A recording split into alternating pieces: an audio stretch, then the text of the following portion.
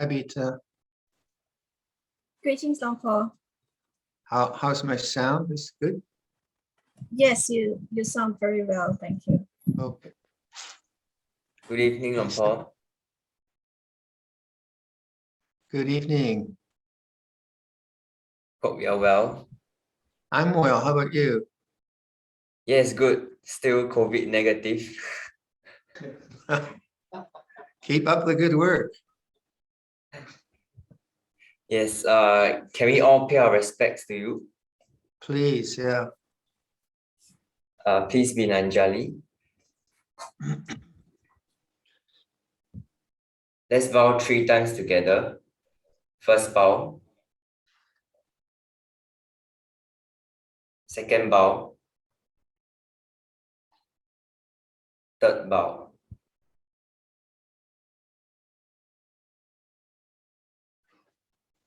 Hello, everyone. Nice to be with you. Those pictures were taken a few days ago in the monastery. So springtime is trying very hard, but winter's winning, I think. So yeah, we're in the last 2 weeks of a 3-month winter retreat, which has gone very, very well. I think we have a really diligent group of people. We are seven lay people. Yeah, 7 and 5 monastics, and so it's been a really rich winter, lots of snow, and these days winters are kind of come and go. This year's been a really good winter, lots of snow. So I think we're pretty chilled out in 2 ways, both with the snow and with the meditation. Anyway, it's nice to be back with the Beta's group, Singapore group or world group. How about we do some meditation first? Yeah, I'll give a bit of instruction, say half an hour, and I'll leave you to it, whatever practices you find calming. But I'll just sort of get things rolling with a few instructions, and then I'll be quiet. Okay. So please take a posture that you can sustain fairly still for half an hour. Something comfortable, but not too comfortable.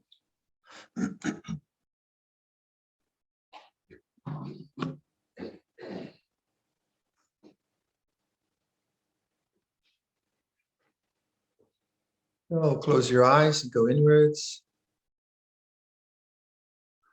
Just feel whatever the mood of the mind is, how you feel sitting here in a kind of welcoming posture. Listen to the sounds around you. Welcome the sounds. Feel the body. Know the mind.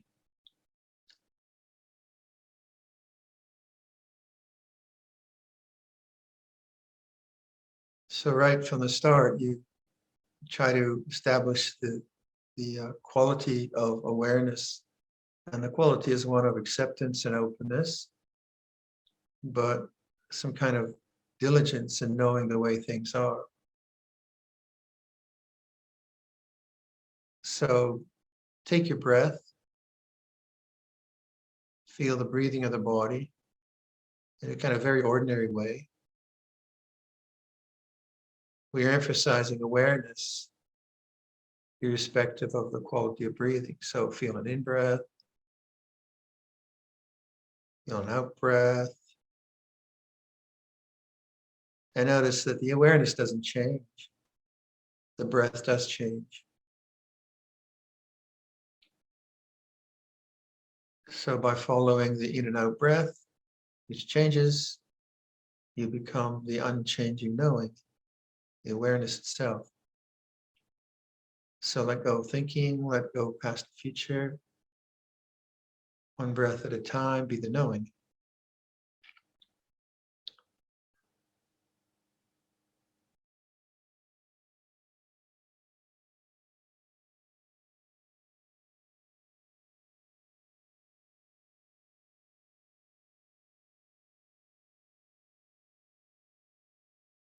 And trust in awareness, and also just be very patient. The thinking mind is going to throw up all kinds of memories and future possibilities.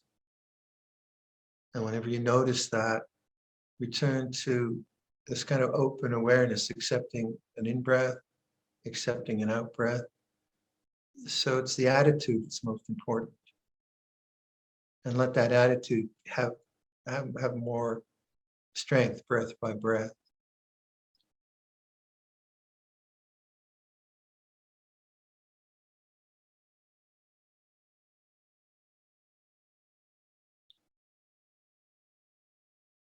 So I'll leave you with those simple instructions, and then use whatever works for you.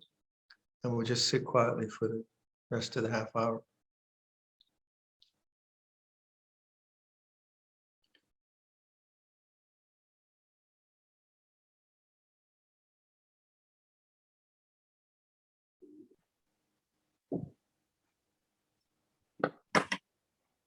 Thank you, Luang Por. Now, Srinsen will lead us in the request for Dhamma talk.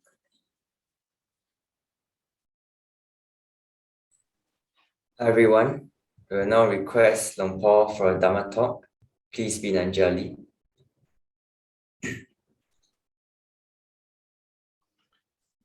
Brahma Jaloka Dipati Sampati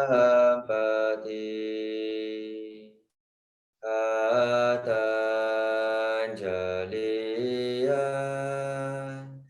Divarangaya Chada Santi Dasata Parajaga Jatika Desetu Dhamma Anugampi Mampaja.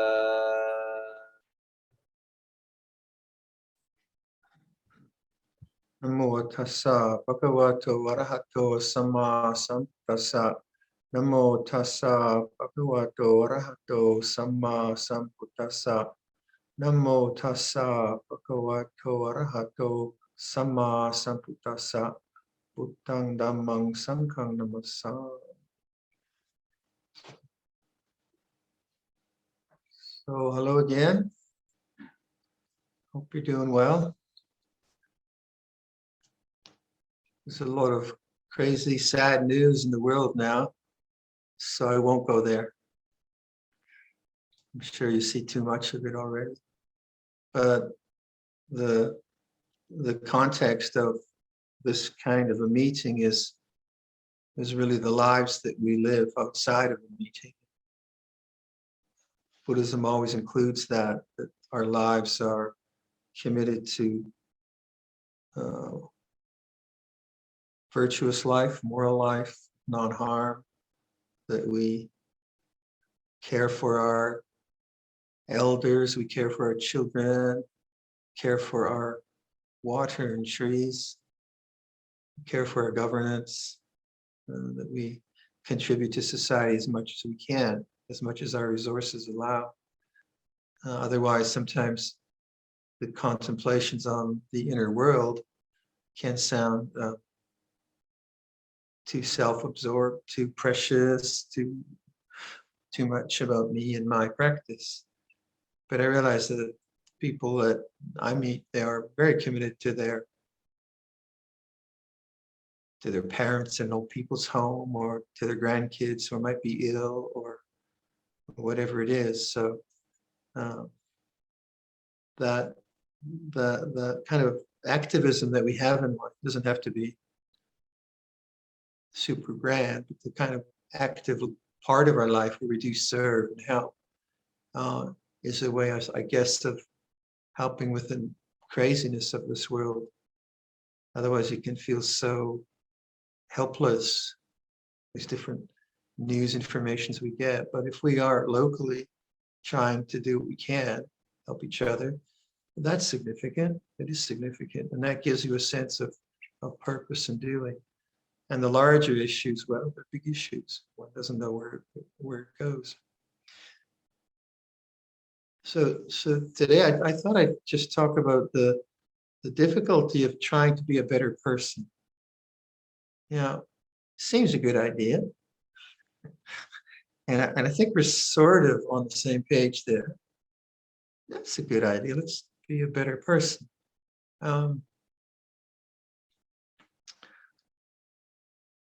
It's better than trying to be a bad person, right?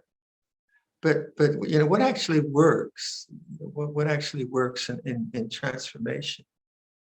So if you look at how meditation works, you sit down and you undertake some form of meditation practice that you become familiar with, and you do the steps, and hopefully your mind becomes somewhat more calm.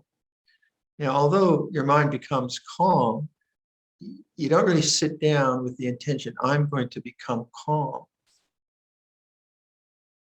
I think I sit down with the intention to notice what's going on first. Now, if I sit down with the intention to get some calm experience I had last week after many hours of meditation or whatever, and then I program my mind, okay, I'm going to get there, then I'm not aware of that, then of course it won't work, because I will be in conflict with the way things are. So although the mind does become calm, that little example is kind of very important to consider the larger issues we face as human beings in our own development. So in terms of Buddhism, we say if you make the right causes, then the effects will come about. So I suggest you watch the breath, simple meditation that we've all done. And what's very important, I think, is to remember it's the quality of attention that is paramount. The object, I think, the object is important in the sense that you have some facility with it, that you feel attracted to it, that it's interesting. That's important. But the object itself of the meditation won't really work if the quality of attention isn't in the right way. And the two qualities that we try to use in Buddhism are wisdom and compassion. They're the sort of modus operandi, or the method. And wisdom, you might think, is like the result. You could say that insight might be the result, but wisdom I see more as a mind which is awakened to how things actually are. That's for me the wisdom faculty, and it is a faculty. It's not something. And we say, yeah, he's wiser than he was 10 years ago. Yeah, so there's an accumulation of insight and so on. That's true, but as a faculty, it's the awakened mind for me, and that's for me different than intelligence. So intelligence is I'm reading something and it's complicated. I say, I don't understand that. But the awakened mind knows that I don't understand. Or, oh, I get it. That's how that works. But the awakened mind sees, I get it. So the awakened mind is sort of bigger for me than intelligence. Intelligence is important. So that, to me, seems to be what one needs to constantly employ in any kind of Buddhist practice, in any kind of reasonable life, the awakened mind. So employing that rather than getting to some state called awakened. And that one can do in any given moment by just noticing how you feel, what the sound is, what your mind is producing. So mindfulness, awareness, awakens. And then compassion, to me, it's not just the kind of emotional warmth that can come. To me, it seems it's that the largeness of awareness, the openness of awareness, which can contain all things and reject none. And that for me is important because of my tendency, many of us, is to have a kind of very judgmental attitude quite often to the way things are. And a judgmental attitude is okay. We need judgment, but as an attitude which we don't see and which we act through, then we're in trouble. And that's the difficulty of trying to become a better person, that quite often we don't use the faculties of wisdom and compassion. We inadvertently adjudicate the present moment with some sense of, adjudicate, is that the right word? That's a good word. we judge the present moment with some sense of who we should be or who we shouldn't be. Idealism, and it's very insidious. That very insidious, and usually I think people who are on this kind of path do it much more than the sociopaths out there. So we're kind of self-selected for a kind of judging attitude because we really want to be better people. We want to go beyond greed, hatred, delusion, enlightenment, or whatever. So if we train the mind in meditation or in whatever we do, in our crafts or riding a bicycle or whatever you want to do, and we really contemplate this simple quality of attention, how am I attending to the way things are? Then we create a foundation for awakening to the things in our own minds which causes suffering. And awakening to suffering is not the same as judging it. Awakening to anger, it's not the same as judging anger. It's also not being passive or condoning. It's not saying, it's nothing you do. It's kind of a full feeling of full acceptance, a full welcoming into consciousness of something like anger or fear or worry, whatever it is. And that's actually quite hard. It's quite hard to do because of our tendency to oftentimes overanalyze, maybe, or judge, or try to get rid of, and we have all kinds of models of who we should and shouldn't be. And that is not compassion. This is my sense of what a monk at this age should be doing and should be feeling. Should is never what I feel. Like, I don't always feel compassion. Sometimes, yeah. Sometimes I'm grumpy. And well, why not? Why can't a 75-year-old guy who's feeling a bit wonky in the morning, why can't I feel grumpy? Because I'm a monk and I've been a monk for so on and so forth. That's not awakening to grumpiness. And of course, what happens is then that state of mind somehow subverts the next moment and the next moment and the next moment. Where if I have the presence of mind and the openness of attention to just really welcome into consciousness the way things are, then they're not a threat. But often we have like mind states which are kind of very threatening. Like if you're in a relationship or with your kids or whatever, and you have a really negative feeling towards them, you might feel really threatened by that. And then if you feel threatened by that, you don't make it conscious, then it subverts your next moment, and so on. So the capacity to awaken, first and foremost, to the things which you'd like to be better at is important. If I don't awaken to that and don't make it conscious, then it will never really be liberated from consciousness. So awakening to being arrogant or critical or angry or frightened is an arduous path. It's an arduous path because it takes a like on a retreat here. We've been on a retreat for 10 weeks, I suppose, and I was talking to one of the meditators how it's a perfect community, really, honest. It really is. We're quite a marvelous gang here, and yet the mind will throw up, feelings of, am I adequate, or feeling intimidated about nothing, but absolutely nothing. But it's not nothing. It's not nothing because it is real in terms of one's flow of consciousness. So things get triggered, like it or not, like it or not. So if I think that the way to become a better person is to simply hold on to my ideals and reject that which is not idealistic, it'll never work. And I always feel inadequate. If I never do anything, well, then I wouldn't be here. So that's a whole other ballgame. But if you think about the Four Noble Truths, I think the first noble truth, the way it's stated is there is suffering. Now that to me is kind of really, really significant, because it's not saying I am suffering or I'm a basket case, even better. It's not doing a judgment, and it's not creating a self around. There is suffering.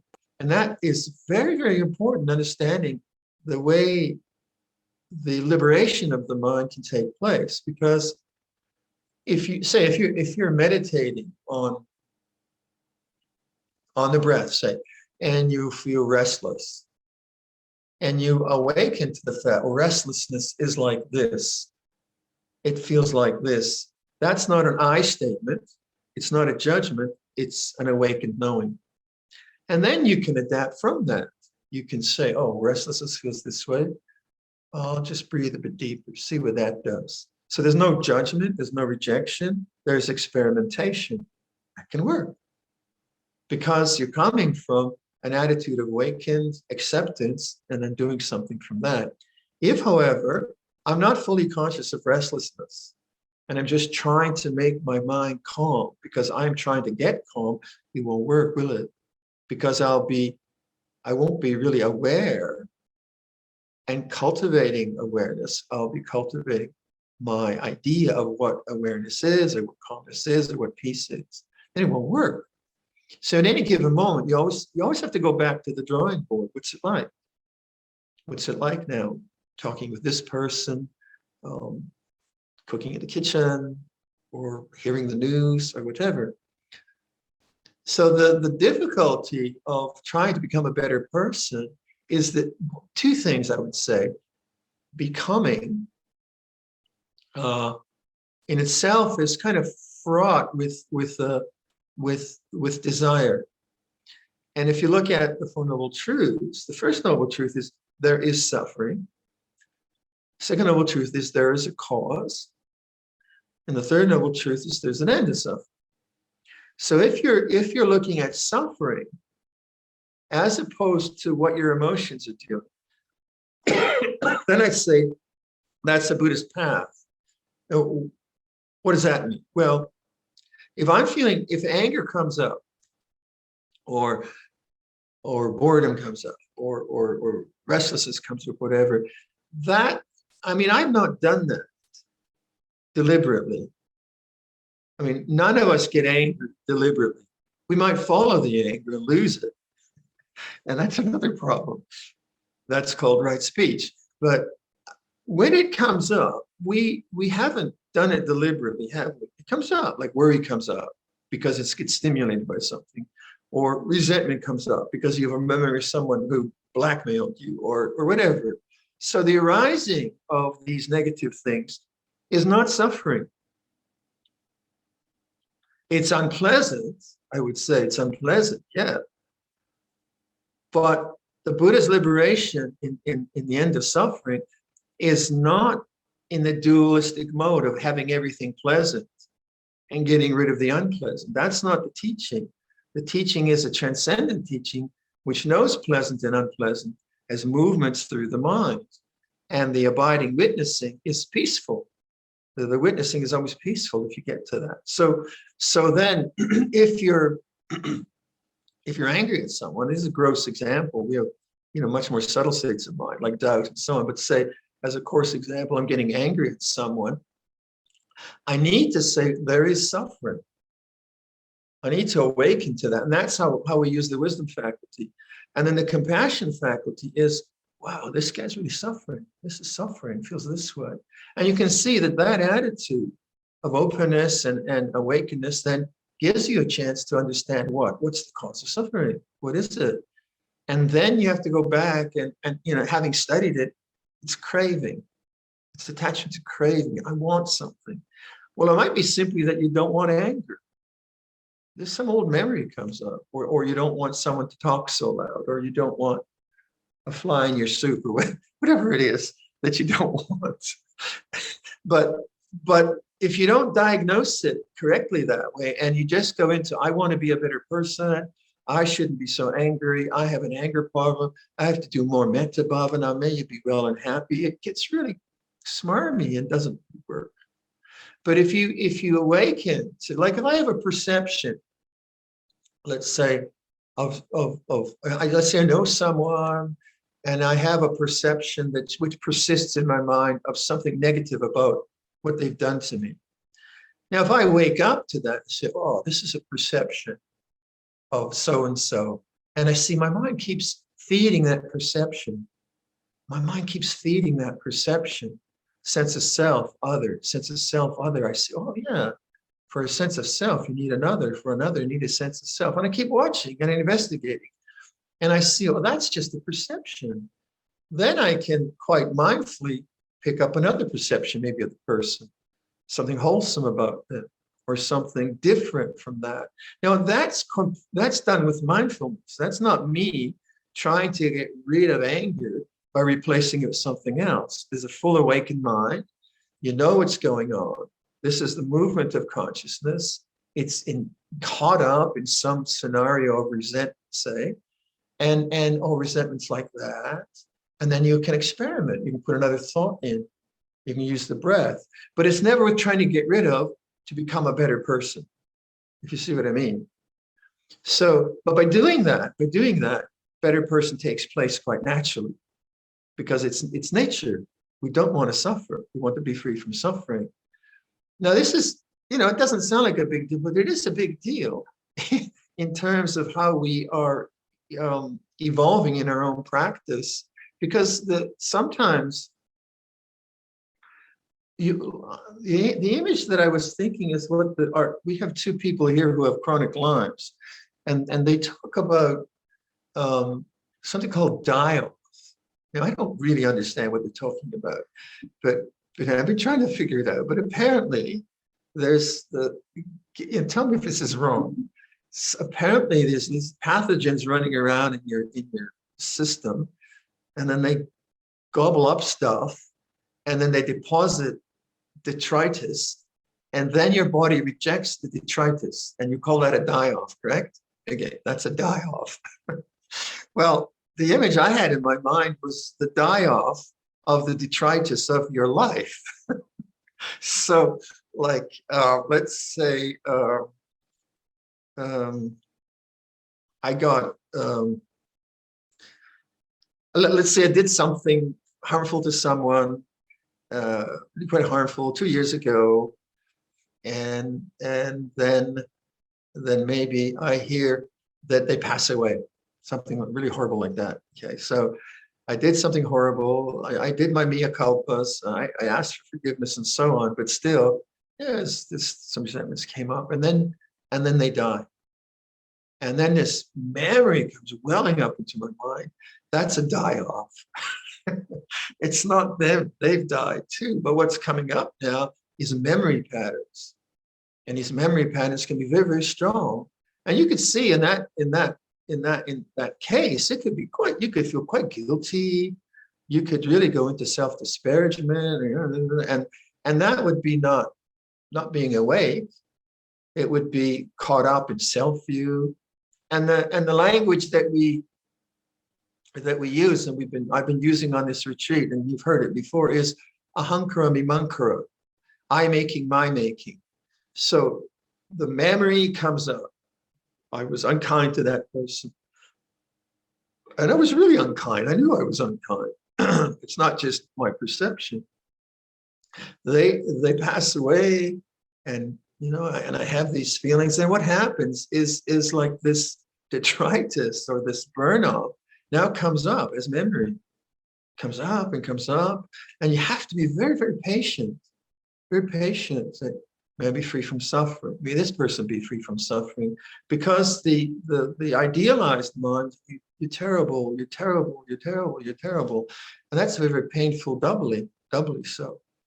And so memory and the image I was using, I sometimes watch YouTube to look at how to make things. And so on the ads for making things are pretty mundane. And the things I look at that I want to make are so mundane that they can only have public service announcements. I get nothing that fancy, but this public service announcement, I was using this image in the retreat. There's a guy on a cell phone and he's looking at something, and a disembodied voice comes into the ad and says, "Don't open it, Mike. It's a scam. Don't open it." And hey, and Mike says, "Hi, voice of reason. How are you?" And the guy, "Don't open it, Mike. It's a scam." And I deleted it. Voice of reason. Thank you. So what's the scam for us in our minds? And what's the attachment? I mean, it's such a good image. What is the attachment that comes into your mind? Is it not memory? So this is I don't know if this works, but stay with me. The memory comes of someone I've hurt. It comes up into consciousness. That's the message. It comes into my email trail, right? And I feel it. It's real. It's not unreal. It's significant. And then what's the scam? The scam is ahankara mimamkara. Creating a sense of self out of this memory. I'm a bad person. I'm a terrible person. And don't open it. Don't open it, Mike. What's opening it? Well, it's the sense of self that gets perpetuated through memory and through the patterns of habit and through the patterns of self-hatred and through the patterns of self-judgment that goes on and on and on and on. That's the scam. And like if I hurt someone and I have to rectify it, yeah, I do that. I do that as much as I can, but much of life is just, it is messy and so on. But so what would you do with that ahankara mimamkara? Well, how do you not follow the self thinking, I thinking, my thinking? How do you do that? Because isn't that much of the problem that we have, the ahankara mimamkara, going on about future and the past, taking up so much bandwidth? Isn't that a huge part of our suffering, either through worry or through whatever it is? So one of the classic ways from Indian philosophy is to go back to the sense of I. So when we are caught in the objects of attention, when we're caught in our emotions or we're caught in fascination or whatever, we lose the perspective that our real home is awareness. It's not the emotions, it's not the body, it's not the objects. So how do we return home? How do we do that? Well, it's very difficult when you're getting scammed by a memory, right? But if you see ahankara mimamkara, I shouldn't have done that, it's not fair, then you see that ahankara mimamkara operating, turn back to, well, who's thinking? Where's the thinker? Turn right back into the sense of I, because the sense of I dissolves, comes up again because it's a die-off. And you can see, if you have a strong memory, that can come up a lot for many, many days. And you just keep coming back to the sense of I. And it dissolves, so back. And that takes a lot of diligence. And this is how you actually become a better person. Not through developing a different personality, but by, first of all, surviving these die-offs. Because I guess I would call it vipaka karma classically in Buddhism, the resultant karma of my childhood, of my upbringing, of my society, and so many other things that I inherit as a personality. And then they come up as shyness, or in my case, a lot of social anxieties. And I couldn't figure out where it came from. And then just the encouragement, this is a sankhara. This is a mental formation. Your real home is awareness of change. All this language is helping you to bear witness to these movements in the mind. And all the time, what is operating is an open-hearted allowance of this to take place. And that open-hearted allowance is, I think, what compassion is about. So that there's the wisdom and the compassion functioning in the midst of this horrible memory. Because for me to allow this horrible memory into mine, I have to let go of desire. My desire doesn't want it, so I hate myself. But letting go of desire, getting to the second noble truth, not attaching to desires, full feeling. It's like fully feeling the awfulness of this memory, whatever it is. And then it falls away. And as this detritus falls away, the mind has more and more freedom. And memory isn't so powerful and intrusive. And we haven't created another personality. We've taken refuge in Buddha knowing Dharma, in wisdom and compassion. Whereas if you have to become a different kind of a person, wow, that's going to be tough. You have to become whoever. And then each time that which you don't want comes up, oh, there it is again, I have to become. And it doesn't work, does it? I don't know. I mean, they have a lot of self-help books. I'm sure some of them work. But in Buddhism, we're not trying to become a better person. We're awakening to the way things are. Now, that might sound very complacent and maybe even condoning, but we also have action and speech. So what happens when you fully accept anger into the mind and you don't run with a hankara mimankara? That's what non-attachment is, non-grasping. The resultant karma is still there, it comes up. Now you're bearing witness to it, but you're realizing that my real home is awareness of change. It's not. Anger isn't my real home. The emotions aren't my real home.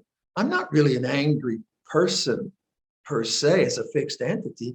Anger is a thing that comes and goes, it comes and goes, it comes and goes. And my real home is awareness. So now I'm bearing witness to something which I haven't maybe wanted to bear witness before. I just look, anger is this way.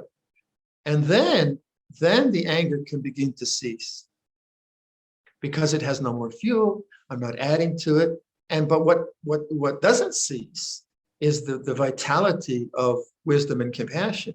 They become more and more dominant. The ocean, the negative emotions or whatever become less and less relevant.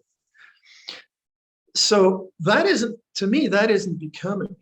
But it does have a result. It has a result that the mind is actually liberated from greed, hatred, delusion. So liberation, things going away from the mind. Purification, I don't know if that word works, whatever works for you.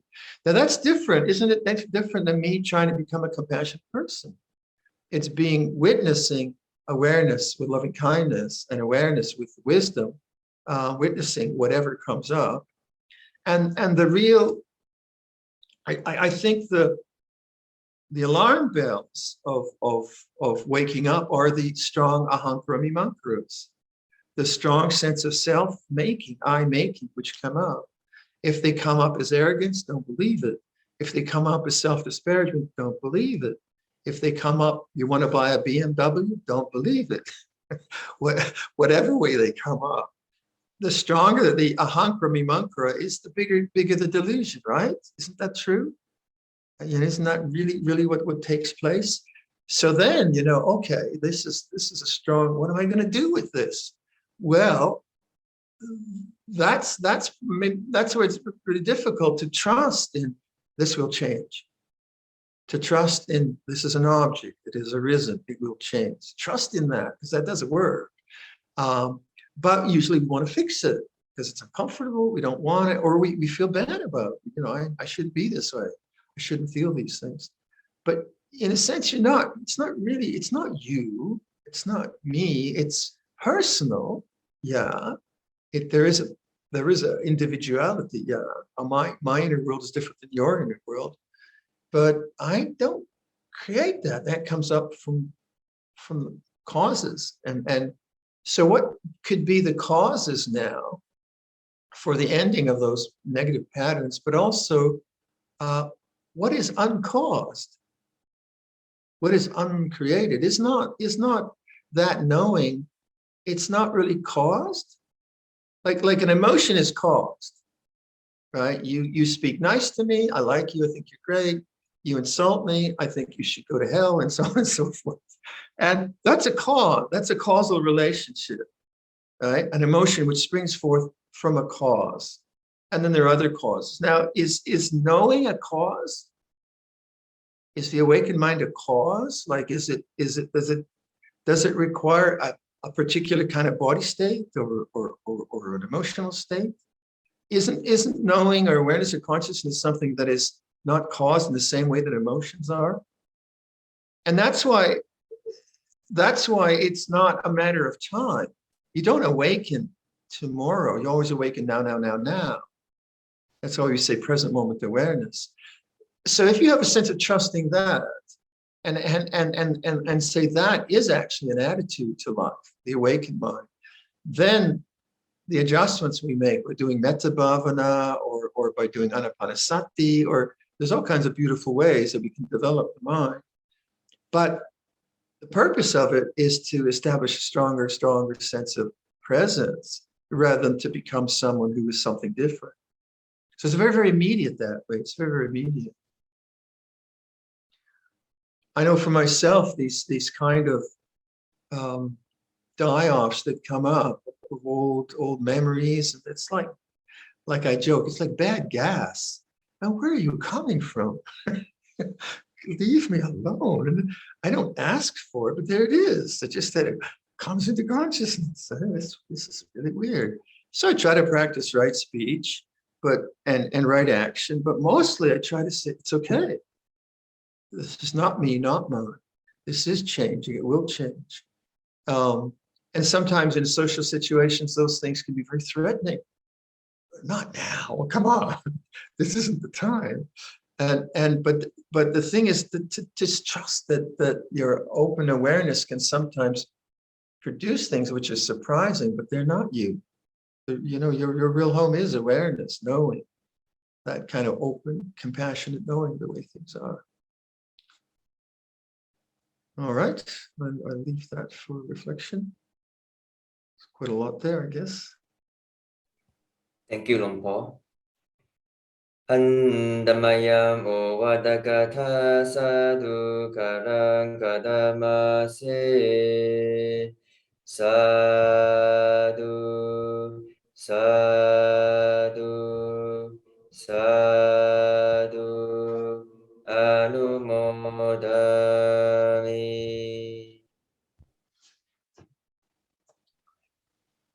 Thank you so much, Luang Por. Okay, Beta.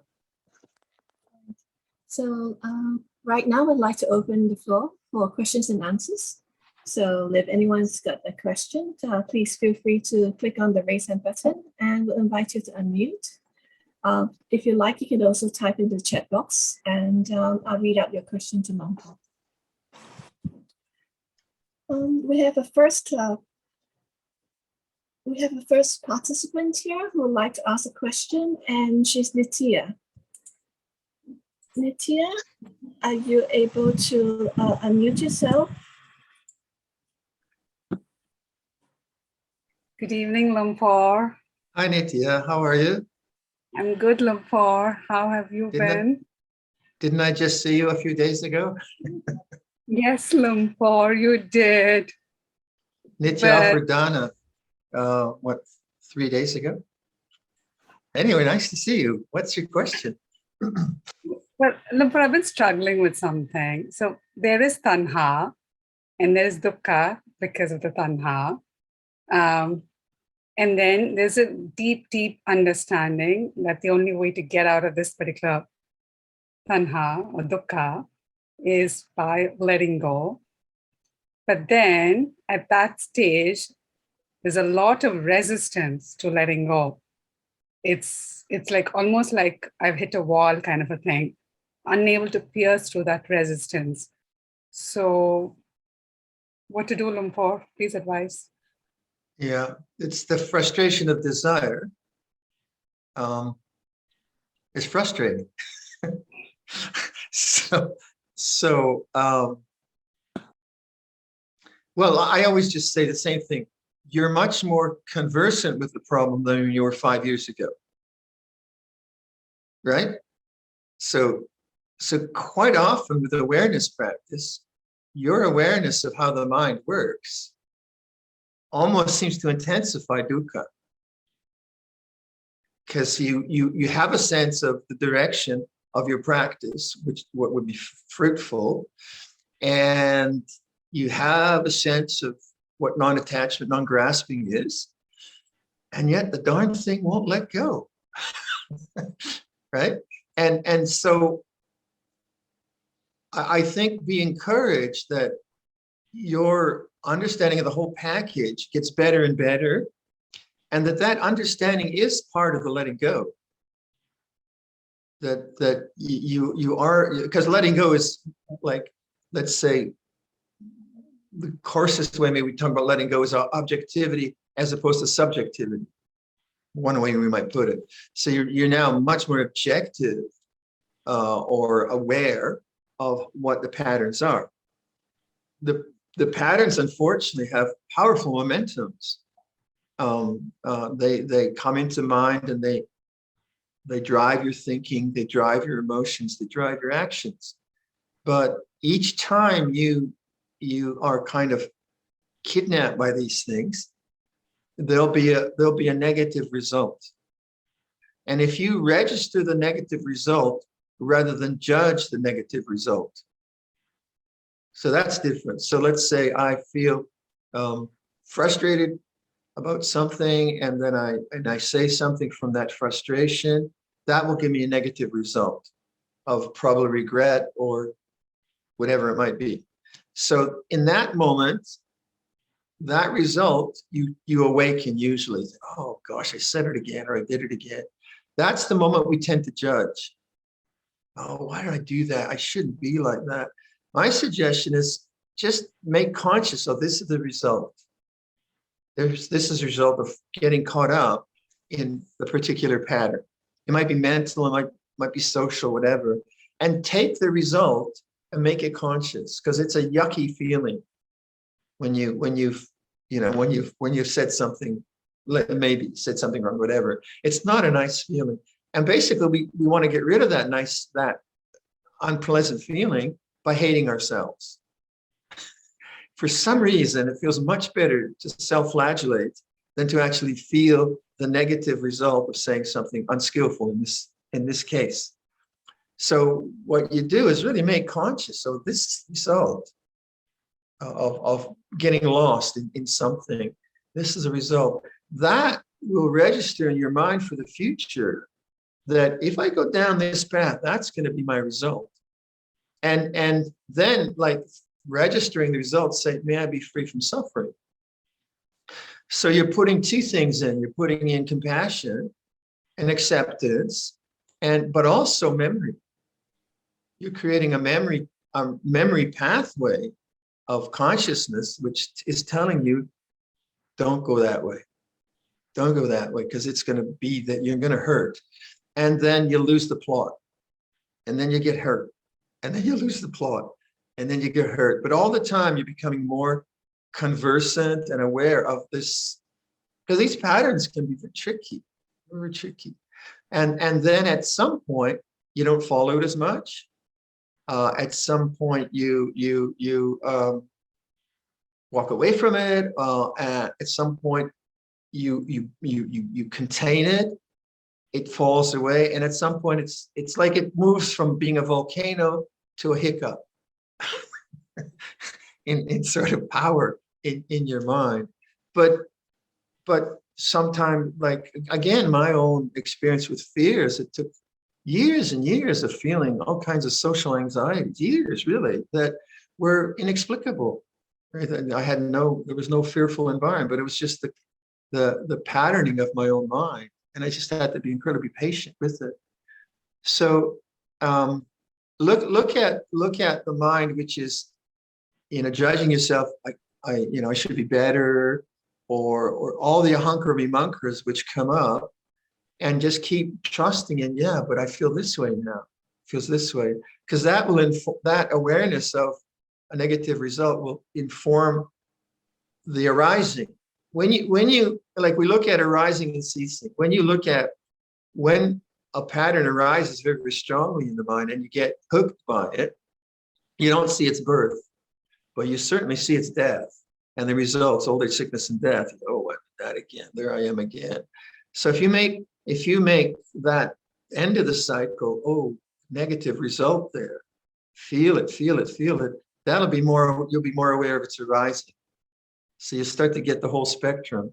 Now you can already do this with many patterns in your mind.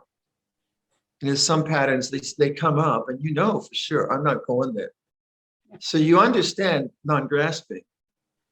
And in some areas, the vibhaka karma is so powerful. So you have to give yourself credit for what you're doing in that sense and say, well, yeah, I'm going to keep on with this pattern. 20 years, fine. I'm going to keep working with it. Rather than just judging yourself that it's not working so well. Yeah, certainly when I ordained as a monk, I would have liked to get enlightened in 2 weeks. It would have been really neat. And I didn't realize how much work it is, and I'm still working. So you just kind of, I mean, and also you say, what else is there to do, right? What else is there to do? So do feel the result of some getting caught up. What's the result there? Oh, that's the feeling. And then say, oh, may I be free from suffering. So you're putting in compassion and awareness. Right? Thank you. Makes sense. Thank you. Thank you for the question. Helen. Yes, Helen. I was Hi, wondering Helen. about, hi. I just lost my tooth today, unfortunately. Yeah.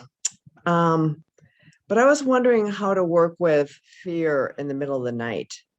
Of course, I try to kind of get rid of it. I go to my breath to go back to sleep. But of course, it's just kind of a thought will come in and just kind of zing me awake. And Right. is that the time to kind of welcome the fear and feel the feeling and drop the storyline? That would be my way. I do it my way. No, I didn't mean that. Yeah. Like, first of all, are you in a safe environment? Yes. Yeah. Yeah. So physically, everything's okay. Right. Right. Okay. So, and have you ever done yoga nidra? Once. Once.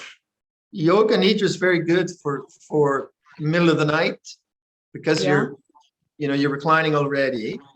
Mm-hmm. And also it's very, very, very good for body release of emotions rather than going to the storyline. So may I suggest that if in the middle of the night you get zinged by a frightening thought, Mm-hmm. try to reassure yourself, I'm safe. I'm in a safe environment. So like you kind of logically know you're safe. Mm-hmm. Then lay down in yoga nidra. And yoga nidra, you try to, just to repeat again, you try to get some cushioning under your knees. So your knees are slightly raised, and that helps the small of your back. And then you lay out in Sarvasana, in corpse posture. You can hands on the mattress or hands on your knees. And you set up your body now as a meditation posture, but you don't have to leave the bed. And you get comfortable. And now the mind has a lot of energy from the fear. Mm-hmm. So then, rather than going to the storyline, see if you can just let go of the thinking and let fear be fear. If it gets too much, then leave. Go and have a sandwich or something, right? Only do it if you feel, this is interesting. I'd like to look at this. So never force it. And then if you get good at yoga nidra, quite often then that the energy of fear gets released in a kind of jerking, or all kinds of energies get released through the body as they're coming out. But it's something that you want to, if you want to try it, you want to experiment with a willingness to experiment rather than trying to get rid of it. Mm-hmm. If you try to get rid of it, makes a mess of it. So you're kind of letting it become conscious, and that's where metta bhavana is. That's what loving kindness practice is about. It's allowing it's making the mind big enough to accept fear into it. Kind of say to fear, okay, my heart's big enough to accept you into consciousness. That kind of language. And then do it. But if it doesn't feel comfortable, you just get up, sit in the couch, read a book, go back to sleep or whatever. But that's a very good strategy for me, for worry, all those negative states of mind, just to allow the body to feel those things. You don't even have to investigate. You just let go of the ahankara, the I making, my making, whatever the fear's about, if you can. Yeah. So the storyline, get rid of the storyline. Yeah. I think my thing is I'm trying to get rid of it by going to the breath, and that works for about a minute, and then another fearful thought will come up and I'll get energized again. That's where the welcoming way, comes in. I have to welcome it and really go, Yeah. okay, if I don't sleep tonight, that's fine. I'm just going to be with this fear. Exactly. Yeah. Trust in that. Because if with yoga nidra, you can get a good rest and actually be aware through deep sleep. So all the models that we have, how many hours of sleep we need to rest, but you can rest in yoga nidra. And this is very important, because when fear becomes conscious, it's actually a good thing, because our personalities and our psyches can be driven by underground fears, can't they? But when it becomes conscious, Ajahn Sumedho used that phrase, consciousness is the escape hatch. When things come up into consciousness, they can be released, if you're mindful, if you're aware. But do it as an inquiry, if I may suggest, rather than a conquering or an endurance. I have to endure fear now. That won't work. That makes sense? Yeah, I think the thing that I don't like is I always think it's going to interfere with how I feel the next day. So it's like, I don't want you here. I can do it during the day, but at 2 o'clock in the morning, it's like, no, not you again. Thank you. Thank you. Yeah, go for it. Thanks. Okay, Helen. Malika. How are you, Malika? How's Brisbane? Are you locked down, or you want to unmute yourself? There you go. Bhante, we have floods, severe floods last week, 2 weeks ago. No. And then the question is on that, because the water is up to the roof level. So many towns underwater. And then we feel you can see the suffering of the people, and then and you can have the compassion, but then when you don't know how to help physically, and there's a mud army where people just go there and clean other people's houses. And so can we have in our heart mudita by seeing all these mud army people going and helping? Oh yeah, it makes me very happy just hearing about it. That's mudita. Yeah, because I'm very grateful to all those people. They're just taking with their boots and the brooms and everything, and but it's not over, and just it's terrible. And if you can make some contribution to that to yourself, we do that. And we do that, because they ask for appeal. Yeah, flood appeal, but no, physically, when you know that, I wish I could go and do that. Yeah. But so maybe when you were younger. Yeah, maybe. You see, I'd let the novices go. Yeah. 2011, we had it in 2011, and we went and cleaned up a friend's house where the water level was up half the wall, and then so I had so much joy doing that. But now, because I've got a wound, and I just can't. You can't go walk these days. Yeah.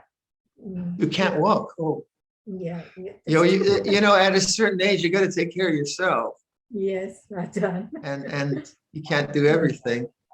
Yeah. So to have that joy, it's okay, isn't it, Ajahn? It's Always yeah, become- it's natural. Yeah. Yeah, it's natural. Okay. Yeah. Okay, Malika, Thank you, Ajahn. Thank you so be much. well. At this point, Yes. might you give some advice to many of us who are just watching helplessly to the situation that's happening in Ukraine? Oh. Yeah. Well, for me, you know, it brings back visions of my parents fleeing in Second World War. So they were in occupied Latvia. The Germans occupied, the Russians occupied, and the Germans and the Russians. So that was from 39. They fled in 44 to the war zone. Then they were refugees until 52 when they came to Canada. So that was a big part of my childhood history, and was always sort of in the talk of the kind of Latvian diaspora that I hung out with, and 3/4 of my friends were Ukrainian. Canada has one of the largest diaspora of Ukrainians. I think the foreign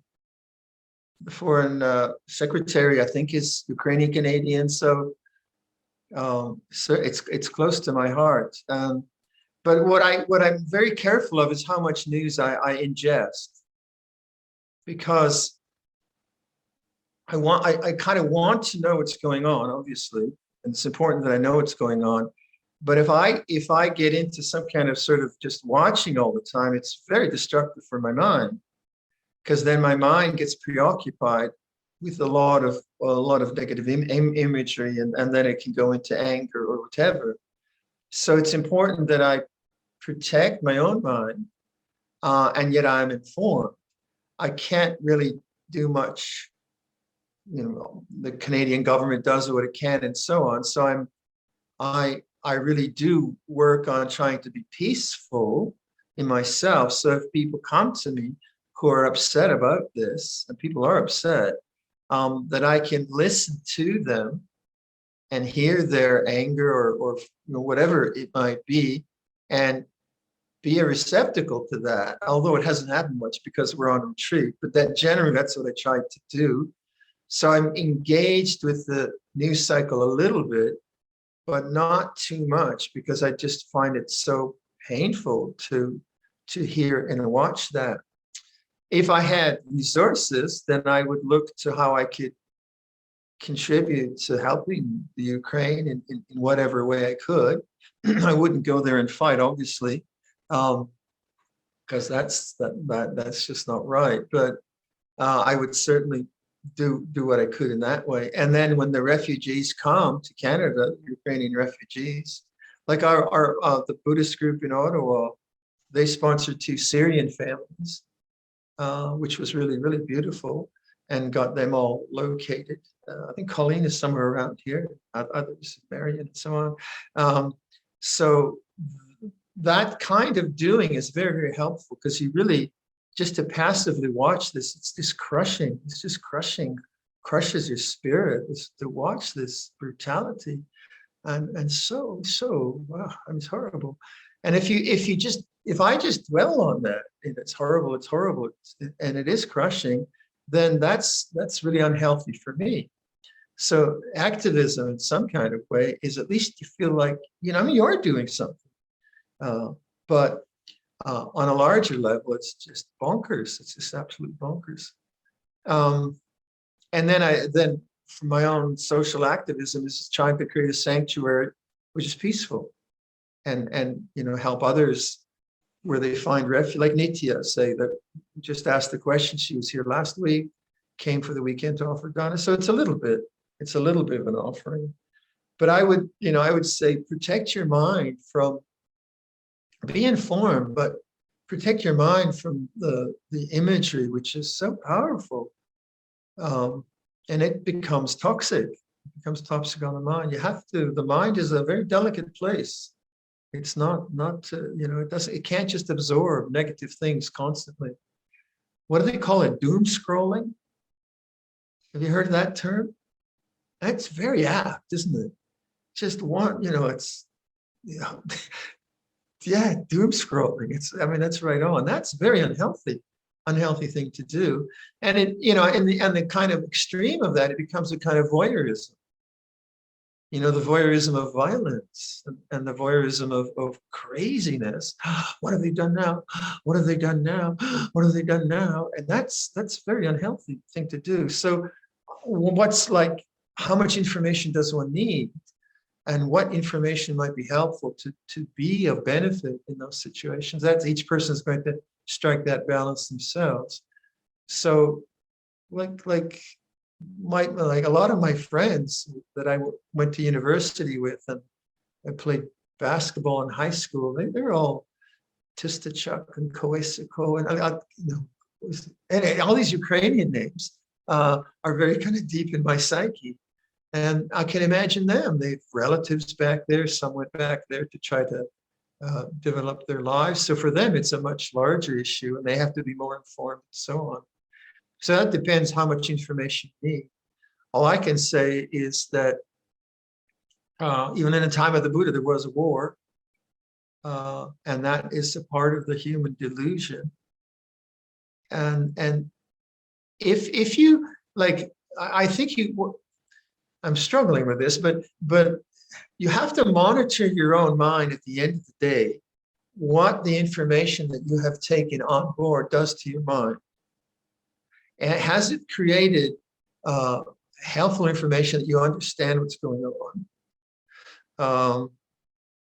Is there just an echoing now of negativity, which is just ricocheting your mind and taking up your attention? So your attention just goes to some negative image and then repeats the horror of it and repeats the horror of it. Then you say, no, that's too much. That's too much. You got to be careful. Be careful. Guard your mind. And then I don't know. It's terrible. It's really breaks the heart. I was looking at my mom's picture. I said, "Oh, Mom, I'm glad you're not around to see this one." Because for my mom, it would have just brought up all those memories. It would have come up. So what can one say, right? It's difficult.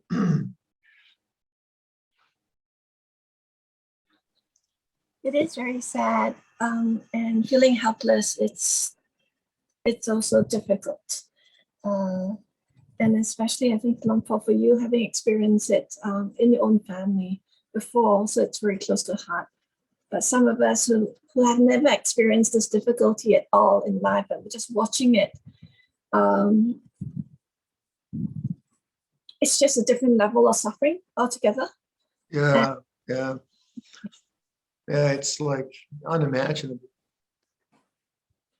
Yeah. What are you going to do? So to this point, maybe if I would go to the last question here. And this question is, how can the awareness grow and expand to help us deepen in the four Brahma Viharas naturally? Say again, please. How can the awareness grow and expand so that we can deepen the four Brahma Viharas naturally? Right. Good question. Well, I think the model of things falling away is helpful. When greed, hatred, and delusion fall away, the natural result is the heart is no longer contracted through egotism, through self-referencing, through all kinds of things like that. And because it's no longer caught in the false identity of separateness, its natural response to life is the Brahma Viharas, or are the Brahma Viharas. So you can see in your own, for each of us, when our hearts are free and we're available, then if someone breaks their leg, compassion naturally arises. When our hearts are free and available, then when someone is cleaning the mud out of a flooded house in Brisbane, you feel joy for their goodness. Well done. when there is no separation, self-identity, then there's a natural communion with things. There is no need to judge or whatever. When there is no separation, then because there's no separation, it's peaceful, upekkha. And then look at the other, when a strong self-identity arises of judgment of yourself, even that sense of self is an alienation. I hate myself. Like two selves, it's weird. And that what that preoccupies the mind with that particular form of self-making, and that preoccupation doesn't allow for the Brahmaviharas to manifest naturally. So the Brahmaviharas are a dynamic of the open heart. They're not just one thing, and they're combinations of things. I can feel both compassion for the people who are flooded out in Brisbane, but I can also feel gratitude and mudita for the people that are helping. So it's not just one thing. It's a kind of package of goodies with four kind of attributes. But the heart you can't define really intellectually. We need words to define it. But when the open heart functions, it functions when it's available. But if it's preoccupied with greed, hatred, delusion, it's not available. So by abandoning the strategies of greed, hatred, delusion, the identity of greed, hatred, delusion, by being patient with greed, being patient with anger, being patient with fear, letting it cease, letting it cease, letting it cease, then the natural result, the enlightened mind, the liberated heart, is the Brahmaviharas. Because we're emotional beings. You know, we have heart. It's not just what Ajahn Sumedho used to call meditation. I told someone brain surgery without anesthesia. So you're just sort of working on yourself all the time. But we're heart beings, aren't we? We have emotions which are very skillful and so on. So that's the natural result. And you can see how it works in your own mind. When you're caught up with some self-making, you're not available for compassion. And so when you hate yourself, you're not available for compassion.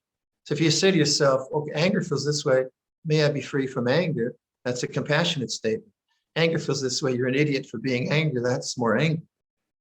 So you can see how, like that's, I mean, anger is a good example of, I mean, it's a coarse thing, anger, but usually our negativities are more subtle, like whatever. But say anger, if I'm just critical of anger, that's more anger. And that begets more anger. It's obvious. But if I say to myself, may I be free from anger, rather than I shouldn't be angry, that already is compassion. It might not feel that great. It's like some great opening of the heart, but it is the beginning of the end of anger, because it's not anger. Where self-judgment is anger. It's logical. So if I put self-judgment in a harsh way into my mind, I'm just putting more aversion. I can't be liberated. Can't be, because the state of mind is not loving. But as the state of mind is acceptance, that's loving and openness, then that will proceed to the Brahmaviharas. Right? Thank you so much, Luang Por. So in closing, can we please invite Luang Por and the Sangha to lead us in the chanting of the Buddha's words on loving kindness? So I will lead here. Okay. So yeah.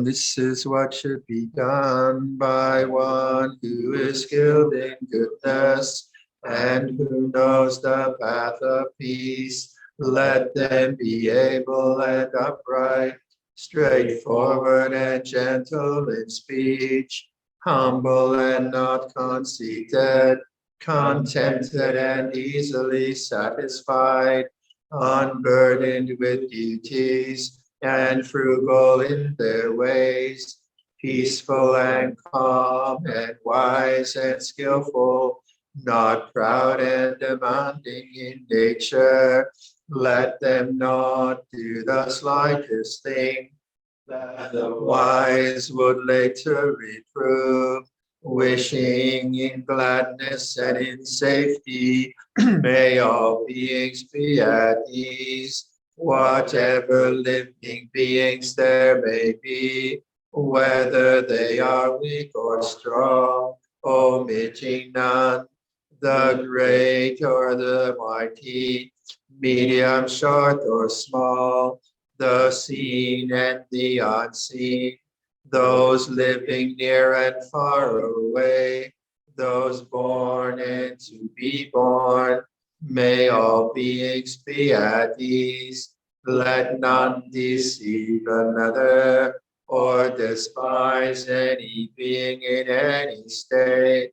Let none through anger or ill will wish harm upon another, even as a mother protects with her life her child, her only child, so with a boundless heart should one cherish all living beings, radiating kindness over the entire world, upwards to the skies and downwards to the depths, outwards and unbounded, free from hatred and ill will, whether standing or walking, seated or lying down, free from drowsiness. One should sustain this recollection. This is said to be the sublime abiding, by not holding to fixed views, the pure-hearted one, having clarity of vision, being freed from all sense desires, is not born again into this world. Vita, may I just add something to the thoughts on the Ukraine, before we close? This morning I was thinking about the soldiers and on either side, and the amount of PTSD and family violence which are going to come down through these cultures in the years to come. It doesn't just end with a war. The war is over. The war is never over. So all these men and the traumatized women and the kids, all of that mental damage now is going to be carried forward into their societies, which will then carry and so on. So in terms of like our own minds, it's very dangerous to hate someone who deserves hate, if you see what I mean. Because if I indulge in hating someone who I think deserves to be hated, that means that my mind stream will be more hateful, even though the object. So righteous anger is a very dangerous state of mind. And everyone will agree with me, yeah, that person should be hated, or those people should be hated, or whatever. But hatred is hatred. And hatred then begets hatred. It's a cliche, but it's true. So if I watch a news cycle, 2 news cycles, 3 news cycles, and then I start to rev up hatred for whatever, then my mind is going to have to deal with that hatred sometime, because that hatred now has some more momentum. So it's you have to be very careful. Now that momentum, then if I talk with others who are hating something, and we feed off of each other's hatred, okay, then that anger and hatred has more momentum and more momentum. At some point, I'm going to have to, and I'm going to pay the price that now that becomes a habit which actually manifests around my brother or someone I love or someone close to me. And now, whoa, where's this coming from? Well, it came from that time that I indulged in hatred around whatever it was. Now, that's not to mean you condone it, to say this is wrong, this is so wrong. That's a correct thing to say. But then running into hatred and doing that, it's a very, very dangerous state of mind. And these poor men, the whole, and everyone, like they're just, the consequences, like culturally, socially, are huge, or are, you know, they're gonna, you know, it's just gonna go on and on and on like that. So be, you know, really guard your mind. Guard your mind. When your mind starts to pick up on whoever, a politician or a soldier or your neighbor's dog or whatever, guard your mind. Guard your mind, because it can seem very, very appropriate to hate someone, but hatred is a state of mind that we're trying to understand and not be caught by. And that's not sort of goody good saying, you know, beings be well and happy. We do feel outrage, and we do feel anger, and we do say, this is crazy. How can this happen?